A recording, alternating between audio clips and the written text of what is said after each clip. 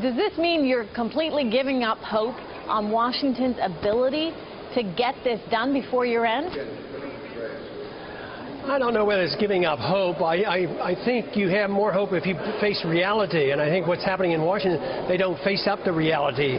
They, like a year and a half ago when they had to face up to the debt increase, they just delayed the inevitable. And facing up to reality may be very serious, but that's what we have to do.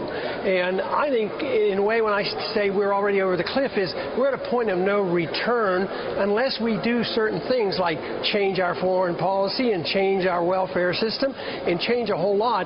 We cannot tinker with the budget. It's not a budgetary problem. It's a government problem. It's a spending problem. It's a tax problem. And since I don't expect them to do that in the next few months or next few years, we more or less have passed that point of logically doing the things we should do to bring back fiscal sanity until after we have the total crash of the dollar and the financial system, which, if we continue to do what we're doing, that's what we're going to get. Back to Washington for a moment. You make total sense here. Hard choices have to be made. Why are lawmakers so unwilling to make these choices right now? We have been conditioned in our educational system and our financial system by the economists to expect certain things from government, which I think are too excessive. There's a certain segment in our society that think that we should be the policemen of the world and be involved around the world, and nobody wants to talk about that. Spend $1 trillion on adventurism around the world and no cuts, and even the cuts that are so-called proposed either in the military or domestic are only tinkering around the edges, cutting a little bit of the proposed increases. So it isn't a budgetary problem. It's an attitude problem that the people in this country have expected our government to do way more than we're capable of doing, and we're dealing with it like, oh, maybe if we just adjust the budget, it's going to solve the problems. It has to do with the monetary system. As long as you have the Fed monetizing debt, believe me, the politicians are going to spend money. Because they basically helped to fuel this, have they not? I mean, the Fed keeping interest rates this low for this long, it's like giving Washington a free pass to spend money?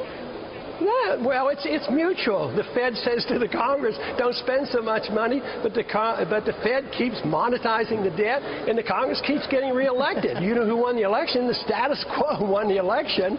You know, everything stays the same because the elected officials take care of their constituents, but I don't think it's going to end. That's why I'm saying that I don't expect them to come up with a sensible solution. We're going to do it until it becomes so desperate that we will be forced to do it. We'll have no other choice, but we're not quite there yet. Well, what do you consider a sensible solution? Well, my sensible solution is following the Constitution and only doing the things authorized in Article 1, Section 8, stop fighting wars that are undeclared, defend our country, have a gold standard, sound monetary system, and start weaning ourselves off the perpetually increasing welfare state.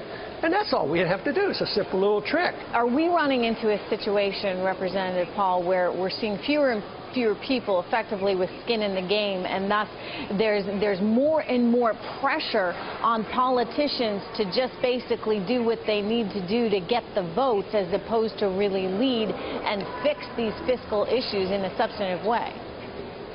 Well, I think that's true, and I think it's been that way a long time, but the big difference is the Treasury, in a real sense, is bare. It isn't like we're in the 1950s and the 1960s where economic growth could, work our way out of these problems, that you could print money forever. Printing the money right now, just what does it do? It fills the banks with excessive reserves, and they get paid to park them at the Federal Reserve. So it's quite a bit different. We're not the productive nation that we used to be.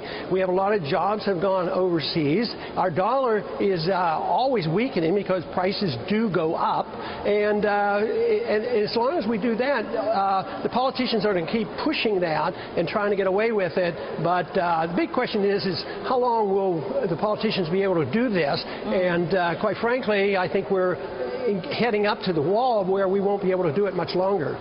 What's the probability that we actually get a grand bargain? At the end of this year? Yes. Oh, probably zero. That's why I think we're over the cliff. We're past bargaining stage because they will not address those things I just stated.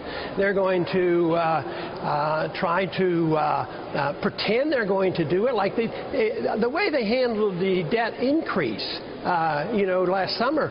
That is a pretty good example. And matter of fact, the debt increase might be the big event. Come February, that might be every bit as big because they can roll those things over. They can postpone the big decisions in January, and yet that still does not remove the uncertainty. Uncertainty is a major cause of the inability for the market to get moving again, and they have to revamp it in a much more detailed fashion than they're even talking about right now. Do you think the president is going to be able to bring Congress together back to the grand bargain issue to actually see some kind of reform before year end, or is it pretty much at this point over? Oh, no, I think there'll be something, but it'll be very temporary. It won't be long-lasting. It won't restore confidence. It won't solve the problem. But there will be some type of reconciliation of saying we'll do this, a little bit of this, and a little bit of that. But and it may even help the marketplace, that is the financial markets, for a little while. But since it doesn't solve the problems, it'll only be temporary. What are your thoughts on Speaker Boehner's position on the fiscal cliff? Are you supportive of his negotiating position and tactics? Well, if negotiation means talking and trying to work things out, yeah, I'm all for this. And that's what I would want to do if I were in that type of position. I'd want to talk about, agreeing to cut wasteful spending in the domestic welfare system as well as the military system and have actual cuts. So you do want to negotiate and talk and bring people together. Good progressive Democrats always open to, a different type of foreign policy and different protection of civil liberties. And good conservatives always want to protect domestic spending and lower taxes. We should bring those groups together. So am I predicting that's what's going to happen with the Speaker and the President? It remains to be seen, but I wish them well.